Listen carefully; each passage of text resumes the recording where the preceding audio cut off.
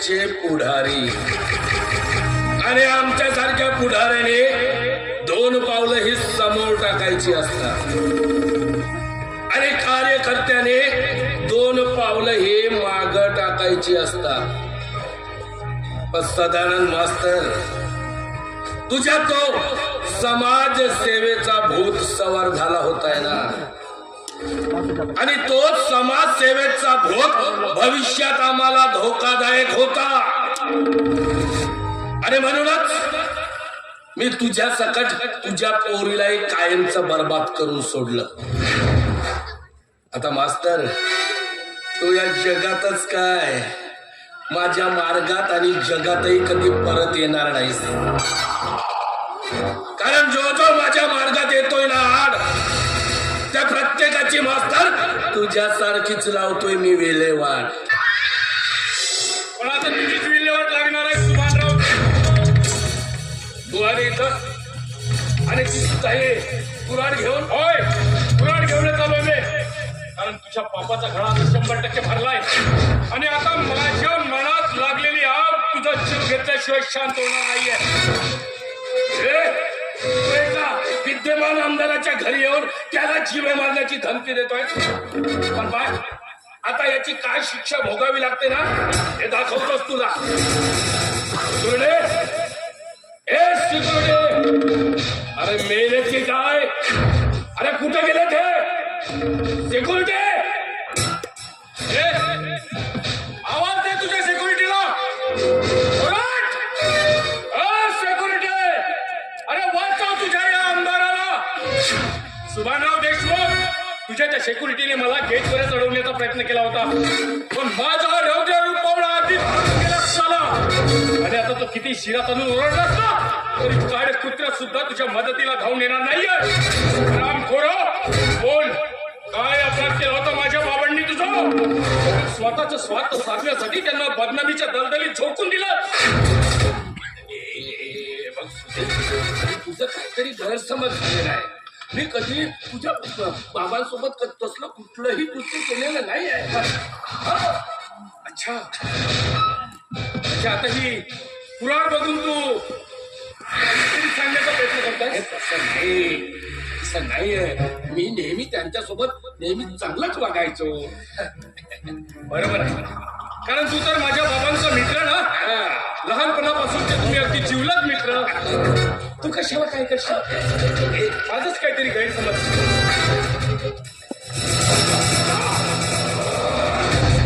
माझ्यावर तुझी आली असताना सारख्यासारखं रांग बदलवण्याचा प्रयत्न करतोय. जिवंत राहण्याचा अधिकार नाही आहे. आठव, काय बोललो होतो मी तुला? काय बोललो होतो? आम्हाला बरबाद करायला निघाला होता. आमच्या बरबादीला जर तू कारणीभूत असशील तर मी तुला सोडणार नाही असं बोललो होतो. आणि जो शब्द मी देतो तो पाळण्याचा पुरेपूर प्रयत्न करतो सुभानराव देशमुख.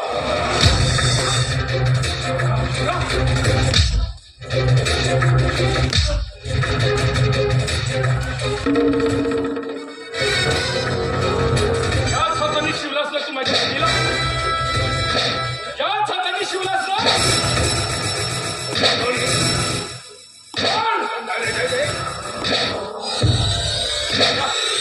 त्या शरीरात एक एक अवयव तुझ्या धडापासून वेगळा केला ना, तर कदमांची औलाद नाही.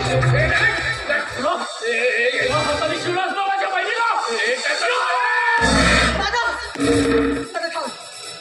बापाची शिक्षा देण्याचा अधिकार माझ्यापासून हिरावून घेऊ नको. तू आणि इथं कशी का आले? काय वाटत तुला? तुम्हाला त्या देशाच्या जीवन जगायला लावलंस, माझं आयुष्य संपवलंस. तसंच आता मला माझ्या आयुष्यात घेऊन तू स्वतःच्या जीवन समाधान नाही. माझ्या भावाने मला वाचवलं, तर कशासाठी? तुला तुझ्या बापाची शिक्षा देण्यासाठी. माझ्याकडून खूप मोठी चूक झाली. मी खरं सांगतोय, पुन्हा असं नाही करणार. हो, खरं सांगतोय, नाही करणार. हवं तर मी तुझ्या पाय दोन माफी हल्ली मला स्पर्श जरी केला तर माझ्यावर बलात्कार करूनही तिच्या अत्याचाराची भूक शांत झाली नाही, म्हणून मला त्या वैश्याचं जीवन जगायला लावलं. अरे पण मला माहिती आहे मी तिथे माझा दिवस कसे काढला, कशा भोगल्याचा मरण याचा. खूप झालं, आज तुझ्या आयुष्याचा शेवट होईलच समज. हे नाही.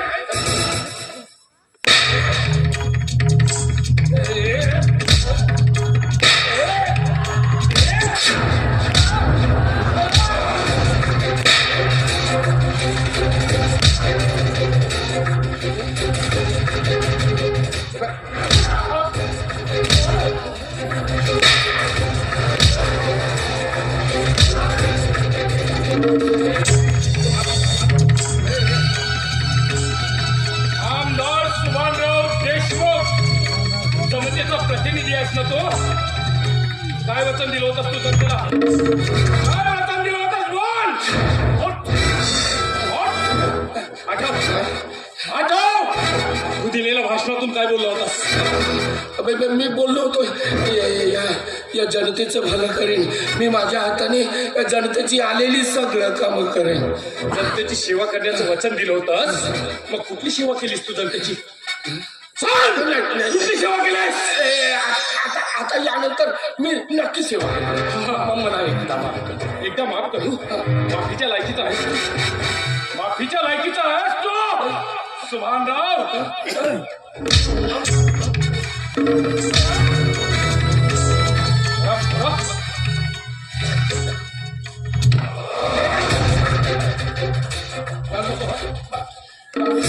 तुला या जगात जिवंत राहण्याचा अधिकार नाही आहे सुभानराव. आणि मी तुला जिवंत सोडणार नाही. मी तुला जिवंत सोडणार नाही.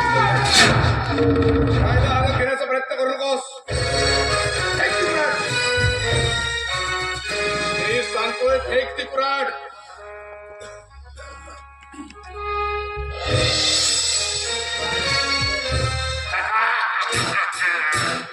शाबाश शाबाश मेरे शेर. अगदी वेळेवर आलास तू. अरे हे दीड दमडीचे मला मारायला निघालेत या आमदार सुभानराव देशमुखला. या तुझ्या बापाला मारायला निघाले ते. कोण बाप? कुणाचा बाप? तू काय बोलतोस काय तू? कदाचित तुला ते वेडी त्या बदफैलीने तर झपाटलेलं नाही. ती वेडी मतफैली नाहीये, तर ती माझी जन्म देणारी आई आहे. आजपर्यंत तू माझ्या बहिणीशी माझ्या आईशी जो काही कपटीपणाने खेळ खेळलायस ना, सगळं कळलंय मला. आणि ज्या शीतलवर तू अत्याचार केलायस ना, त्याचा बदला घेण्यासाठी आम्ही सर्व आता तिच्या सोबत आहोत. हे आई, तुम्ही हे सगळं चांगलं नाही करत आहात. चला सर्वजण तुम्ही मिलीजुली सरकार करून माझ्यावर शनीची वक्र दृष्टी टाकताय काय? पण हे चांगलं नाही करत आहात. कमीत कमी तरी समजून घे. यांना सांग, यांना मला माफ करायला सांग. अगं शेवटी हे तुझं सौभाग्य आहे. मग माझ्याकडे नीट डोळे उघडे करून दिसता एक तरी सौभाग्याचा लेख दिसला का माझ्याला? अरे आज मला माहित होतं तुझं शेवट होणार आहे. म्हणूनच मी माझं सगळं सौभाग्य लेखा घरीच उतरणार आले. आणि काय म्हणालास? माफ करू? माफ करू?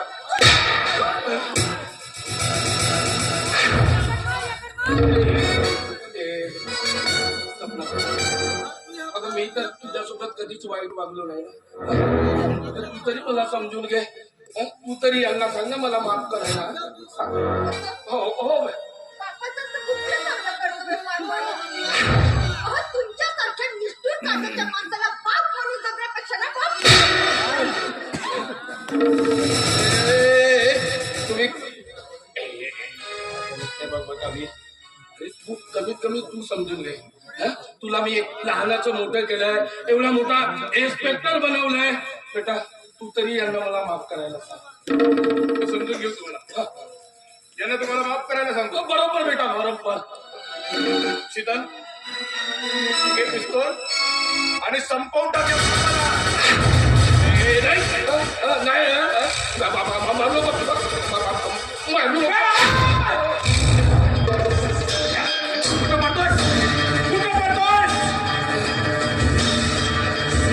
देशमुख बाबाचा गळा पूर्णपणे भरतोय ना. हे लक्षात ठेव. आज संपूर्ण कुटुंब मरायला तयार हो. नाही, नाही, हे, तयार हो, सुभानराव. हे, मार खालीला. हे, मारू नको. हे तुझ्यावर केलेल्या अत्याचाराचा बदला मार.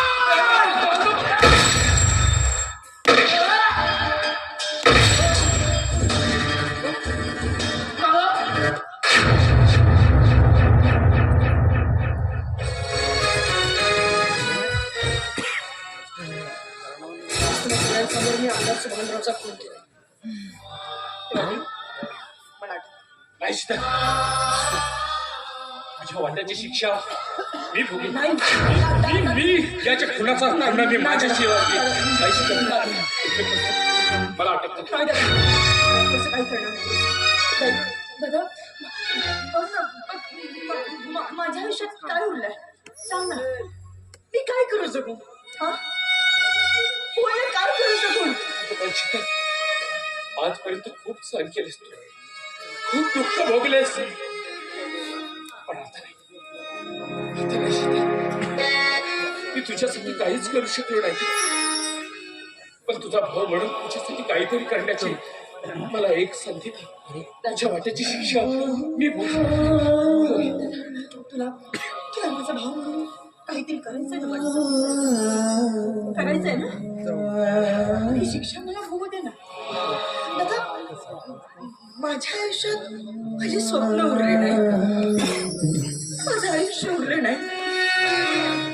मी जगून काय करू? पण दादा, तुझ्या पुढे तुझं पूर्ण आयुष्य आहे. तू एखादी मुलगी लग्न कर, तुझे स्वप्न पूर्ण कर. मला ही शिक्षा होऊ दे. किती काशील का आणखी दुसऱ्यांसाठी तू? खरोखरच तुझा भाऊ असल्याचा मला अभिमान वाटतो. समाजातील इतर मुलींना तुझ्यासारखं दुःख सहन करू लागू नये म्हणून तू स्वतःच्या आयुष्याची होळी केलीस. खरोखर मला अभिमान आहे तुझा भाऊ असल्याचा.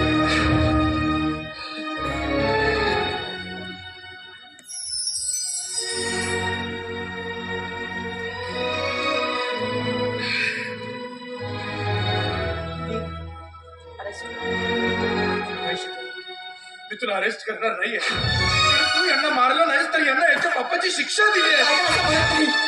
आणि जर का तू मला अरेस्ट केले नाहीस तर या लोकांचा कायद्यावरून विश्वास उठून जाईल. म्हणून प्लीज मला अटक कर. प्लीज अटक कर. बघ, कायद्यात तर असली तरतूद नाहीये, पण तुझी शिक्षा कमी व्हावी म्हणून मी प्रयत्न करेन. आणि तुझ्या बहिणीच्या आणि तुझ्या संपूर्ण कुटुंबाच्या सर्वनाशाला मी सुद्धा कारणीभूत आहे. आणि त्याचाच प्रायश्चित म्हणून मी शीतलला स्वीकारायला तयार आहे. म्हणजे लग्न करशील तू शीतलची? मी माझ्या अगदी शेवटच्या श्वासापर्यंत नसते.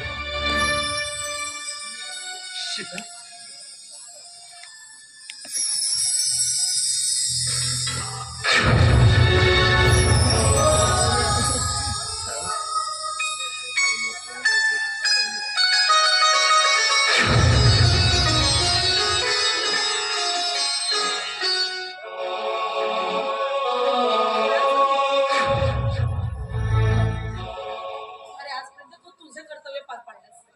मला माझं कर्तव्य पार पाडून माझ्या समोराचा